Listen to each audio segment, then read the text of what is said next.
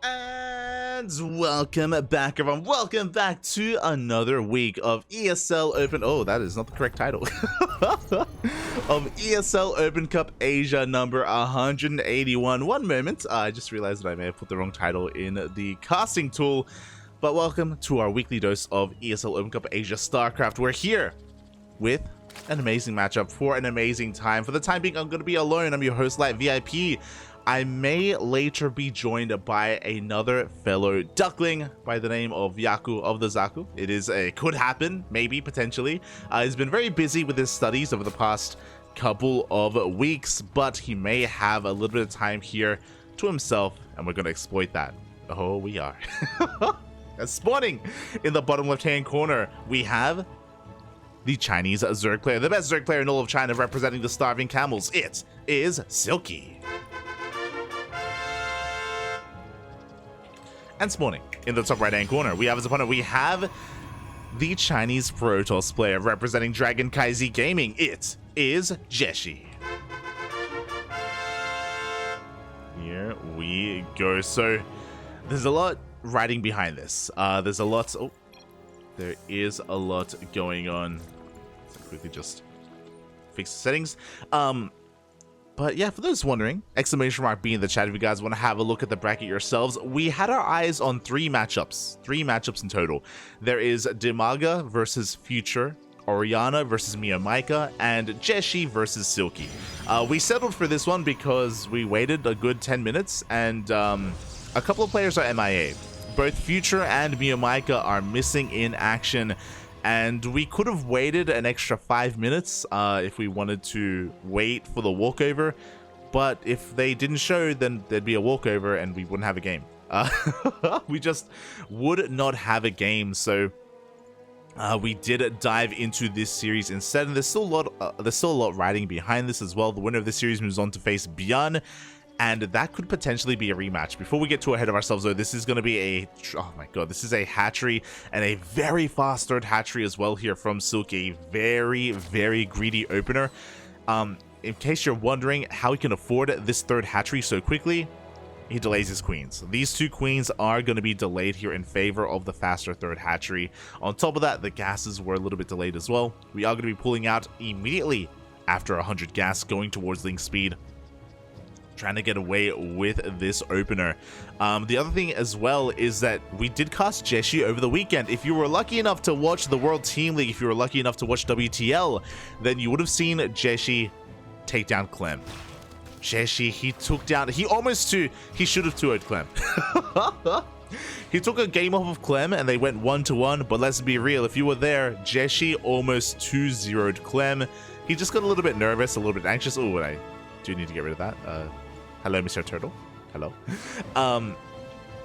But yeah, he got a little bit nervous, a little bit anxious, and did allow Clem back into that game in game number 1, but he almost 2-0'd him. So if Jieshi were to advance on to face Bjorn, I want to see what he can do. I'm really curious to see what Jieshi can bring to the table here against another top-tier Terran player. A much more aggressive Terran, though, in Bjorn. But of course, that is further on down the line. Before that happens, we're here in this PvZ, and it is going to be a standard opener. It is going to be a Stargate into our first Oracle, into a third base. So nothing too crazy coming out from Jieshi. Adepts are going to be threatening those mineral lines as well. They do shade into the main base, and they're looking for some drone kills. I believe they get one drone. They get a second drone as well. At the same time, Oracle is looking to threaten this third. There's nothing here. There's no queens. There's no spore. There's no creep connecting the bases either, and workers are falling left and right. 4 kills, 5 kills already on this Oracle, and this is getting out of hand. This is getting out of control. Silky cutting so many corners, no spores in any of his bases. If you do this, you need to be able to defend here with your queens. You need to be able to keep up with the rotations of the Oracles. Alas, that did not happen, and we get 10 drone kills with this Oracle, and the Oracle survives. At the same time, Lings, they go for a counterattack, but we have plenty at home to defend. We have the second Oracle, we have a shield battery, soon to be Adepts as well. We even have the third Oracle showing up. Ay. Silky doing a 0 counter damage and is in a really rough place, far behind in the economy. Is going to try and resaturate his bases. Still 0 spores, by the way. very limited anti-air, which means that if these oracles ever do go across the map, they can get a lot of damage done. And here we go, 2 oracles can one-shot a drone. Oh, there are queens in position, but they're going to ignore the queens. They get 1, 2, 3 drones before they do get the hell out of there. At the same time, Lings try to threaten the third, but we have Adepts nicely tucked away in between the shield battery and the pylon. They're going to be able to hold on. And behind this, we're going into our standard transition as well. We have Blink on the way. We have +1 as well. Jieshi playing as standard can be here in PvZ, as meta as possible. And there's a reason for it. It's pretty damn solid. We saw what Jieshi was able to do with this. Deal so much economic damage and maintain control of their third base. At the same time, another Oracle gets across the map. 6 drone kills. Oh my god. I'm afraid to look. 17 worker kills in total. An entire mineral line has gone down this game. Now, Silky can recover. We're actually going to be delaying the 4th base here in favor of additional gases. Silky working up towards a mass roach timing. I don't know if you noticed something, but there is no Evo chamber. Oh, okay, there we go. Evo chamber is very delayed, which means upgrade is going to be delayed as well. Silky, he had to cut a corner to, again, try to squeeze out as many drones as he has. Adepts continue threatening him. 4th base being taken as we speak. And Jieshi is looking pretty damn solid. This is a pretty aggressive 4th as well. Far forward is going to be a bit of a launch pad and outpost set up for Jieshi. We're 1 screen away from the turtle, but also from the creep. Hello, Mr. Turtle. It's so cute. I love it.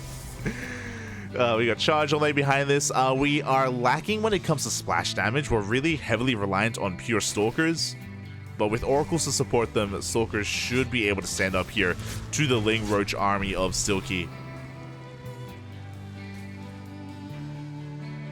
Now Silky has just been trying to saturate his 4 bases, or 3 bases really. 68 workers. I imagine we're going to be cutting workers soon, but as that happens, Jieshi is pushing onto creep, ready with his army. 21 stalkers against 1 roach? Oh no. Okay, there we go. The Ravagers are on the way. Biles are going to be zoning away the army at least a little bit, but there's still so much on the ground for Jieshi. The Blinks are good enough. Biles taking down 1 or 2 stalkers here and there. Stasis traps are being baited out by these Lings, and the boys are being pulled. Again, they have to be. That's how dire the situation is. The Oracles dive in, but alas, they will get picked off one after the other. A little bit premature with those Oracles, I'll be honest, but we're getting the Queens. We're getting into the juicy center of this Zerg army. We are picking off Ravagers. Ravagers that we just cannot afford to lose. We're down to only 2 Ravagers remaining. Lings are trickling on forward, but we have that 1 Oracle in the back line. GG gets called, and Jieshi takes game number 1. Ooh, GG. Well played. A solid game there from Jieshi. And, yeah, it's going to be able to take a bit of a lead in this series. Oh. Feels bad, man. In the end, it looks like a couple of those matches did open up. Actually, Miyamika isn't here, so I think there may have been a walkover, which is a little bit smooch. But it looks like Future did eventually show up, and Future is currently playing against Dimaga as we speak. I'm sure an amazing matchup.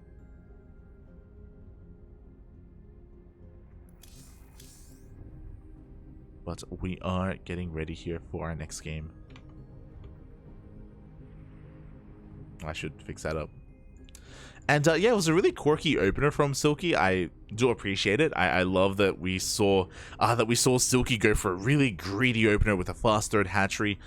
Unfortunately, we saw that he was also maybe being too greedy. Skipped out on those spores. Not just skipped out on the spores, but also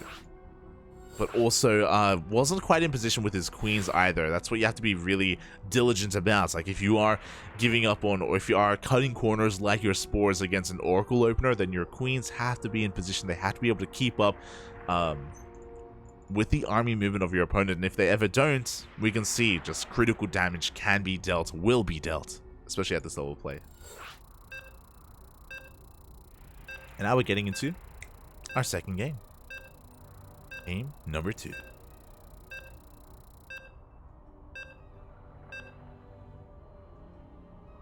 PvZ will continue. Quickly checking the bracket. Looks like we haven't had too many other updates, but we have a lot of heavy hitters. We are missing a couple of players though. We have Classic, we have Hero, we have Gumiho, Bjorn, Solar, Dark. I believe we're missing DRG. I think DRG is not quite here. We have Stats. Oh my god, let's go, Bobby. It's great to see Stats returning, especially after he did compete in the GSL qualifiers. Unfortunately, this time did not make it into GSL proper, but here we go, spawning in the top right-hand corner of Royal Blood. We have the best Zerg player in all of China. For the Starving Camels, it is Silky.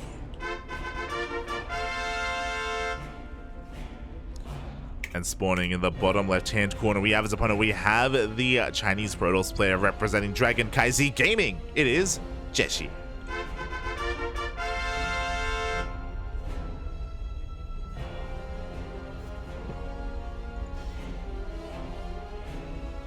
Let us go. For the time being, once again, we do see that pro block. Silky forced to take the unnatural natural. I'm curious if he's going to go for a fast third base once again for a second time. Wasn't punished for it on Ancient Cistern, to be honest. But a smaller map like Royal Blood, it can be more difficult to get away with that. And I'm sure Jieshi will be more than willing to be a little bit more aggressive this time to try and punish the greed of Silky. For the time being, it is going to be a hatch gas pool. Standard opener here from Silky this time. Back at home, we have a gate expand setup as well. There are some Protoss players that, especially on smaller maps, go for cyber expands. But Jieshi, likewise, is just being a little bit more greedy here. Going to be delaying that cyber core in favor of that Nexus. Get up and running, and then there's a cyber core behind it. Now, Silky as a player, we saw him be very greedy last game. He's very... It's very difficult to keep track of him. He's very versatile as a player. He can be very economic. He can also be very cheesy as well. Typically, Silky doesn't play completely standard. He does something to get ahead, whether it's hyper aggression, whether it's hyper greed. Does mix it up quite often. We do have link speed now on the way. And again, no fast third as we saw in the previous game. But that's why my eyes are kind of on Silky here, to see how he diverges from his plan, from his build, how he switches things up.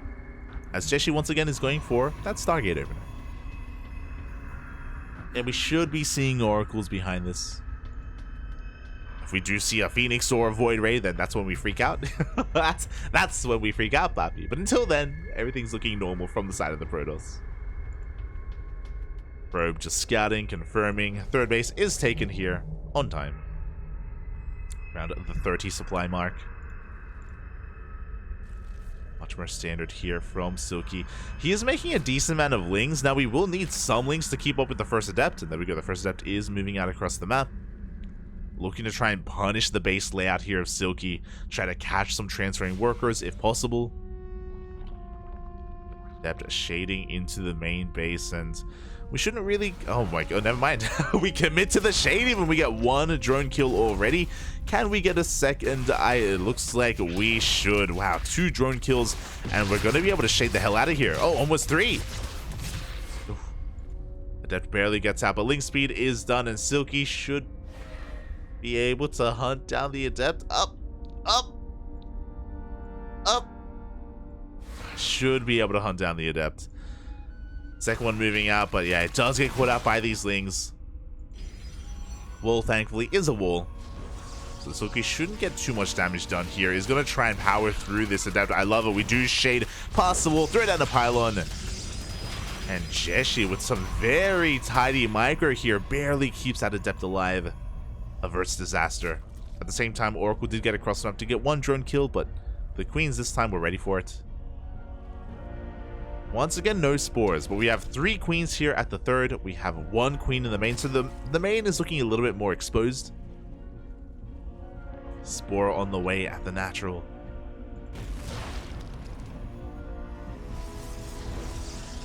But for the most part, Silky is doing a far better job here at defending, as we even have another Spore on the way in the main as well.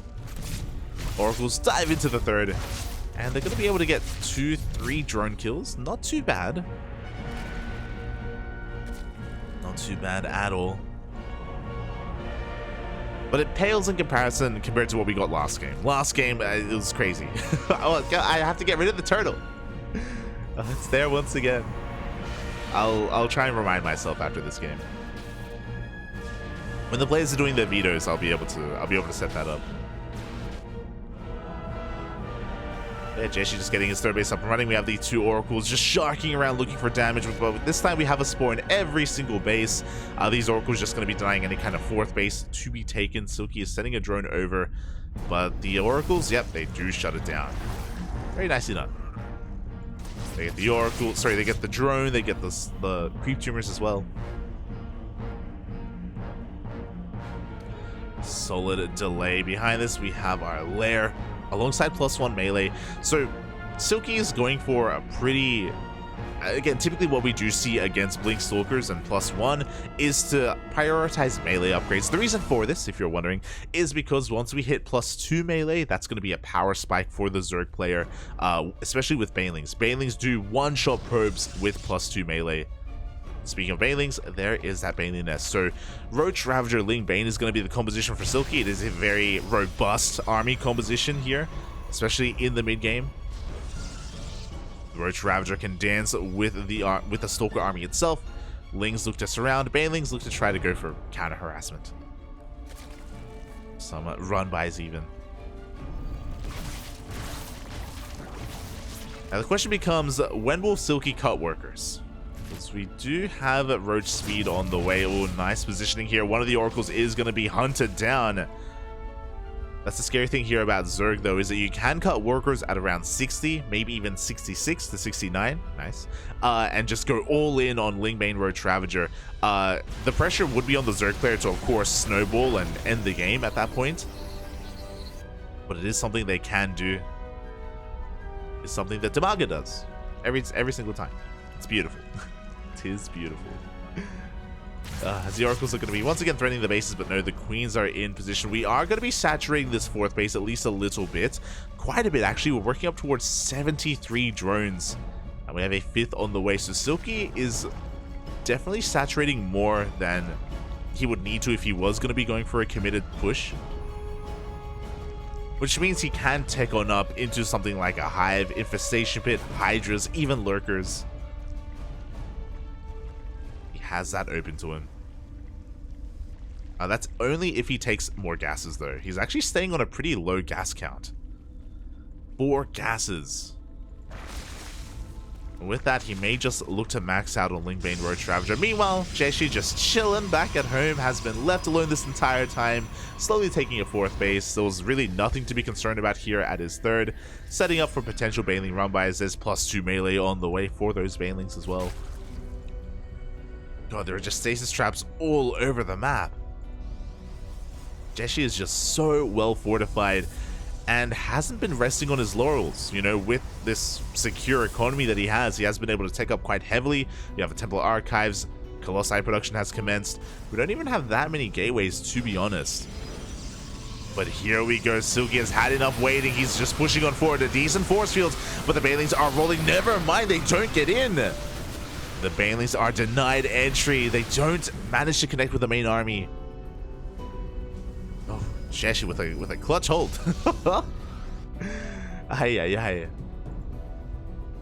Is able to barely deflect Silky, but he is not done. We do have a Baneling run by being set up here on the right hand side, looking for a way in. Silky going to be saturating more of his bases. Is now taking his additional gases, now working up towards 6 gases.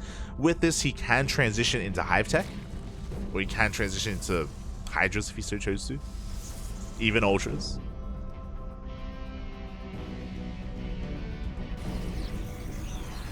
Oh my god, he's being a little bit fancy. We have a Ling drop being set up into the main base. We have a Baneling run by here on the right hand side as well. Silky going for the multi-prong harassment. But the Banelings, they run into a stasis. Banelings run into a stasis. The drop load is slipping into the main base though. And so far there is no reaction. It is a slow drop into the main. At the same time, there's that hive that we were talking about. It is on the way. Oh, and as we drop into the main, no, Jieshi is in position. Stalkers clean everything up. The Banelings do get cleaned up as well. Jieshi takes 0 damage. We have another Baneling run by here towards the third base, but no, there is a cannon, shield batteries, another warp in. Jieshi is a rook. Speaking of a rook, massive shout out to Ranger. Thank you so much to Ranger for the raid. Hope you had a great stream. Hope you had a great ladder session. Ranger, of course, is a Malaysian Protoss player. The best Protoss in all of Malaysia. Best player even. As the main army of Jieshi is being pulled apart here, we do see Silky setting up for a base trade. Jieshi's not turning around. We're committed. Silky is breaking into the natural base as we speak. The Banelings are looking to get into the mineral line as well. At the same time, the fourth base of Silky is going to be going down. It does feel like Silky can take down a little bit more. At the same time, he takes down the cyber core. Fifth base is under threat as well. It's taking quite some time here for Jieshi to commit to the base trade to get into more bases. There we go. He's taking this a little bit slower, a little bit more methodical. Oracle does get filed down. We do have a warp in of Zealots back at home. Bear in mind that because that cyber core was killed, that means we cannot warp in any additional stalkers. Only Zealots. Another hatchery going down. I don't know if I like this. I do think that we could have broken the natural and broken the main, but Jieshi is taking out the fringe bases instead. He goes to the recall back home. He does defend, but not before losing so many workers. 28 pros went down. At the same time, 27 drones as well. After all said and done, Jieshi, he has better mining right now. Silky is stuck on 2 bases, barely mining bases at that. They don't really have too many mineral patches to work with. Silky still has a pretty terrifying Lingbane Ravager army. But Jieshi, he's got Archons, he's got his Colossi. Silky's working on a ninja base. But yeah, even though it took a little bit longer for Jieshi to commit, and even though I do think he could have broken the natural and the main, he went for the secure victory instead. You know, he just took down all the mining bases. He knew that he had a recall just in case things got a little bit too crazy, and now he's focusing on the main push. The armies will be clashing. Force fields do cut up the majority of Silky's forces. And the Archons stand strong. They just break through everything. There's nothing left here for the Zerg player. GG gets called. And Jieshi takes the series 2-0.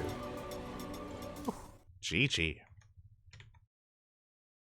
Really solid stuff here out of Jieshi. Silky trying to pull apart his opponent, but like the defenses from our Protoss player was just so damn good. The drops, the Baneling run-bys did absolutely nothing.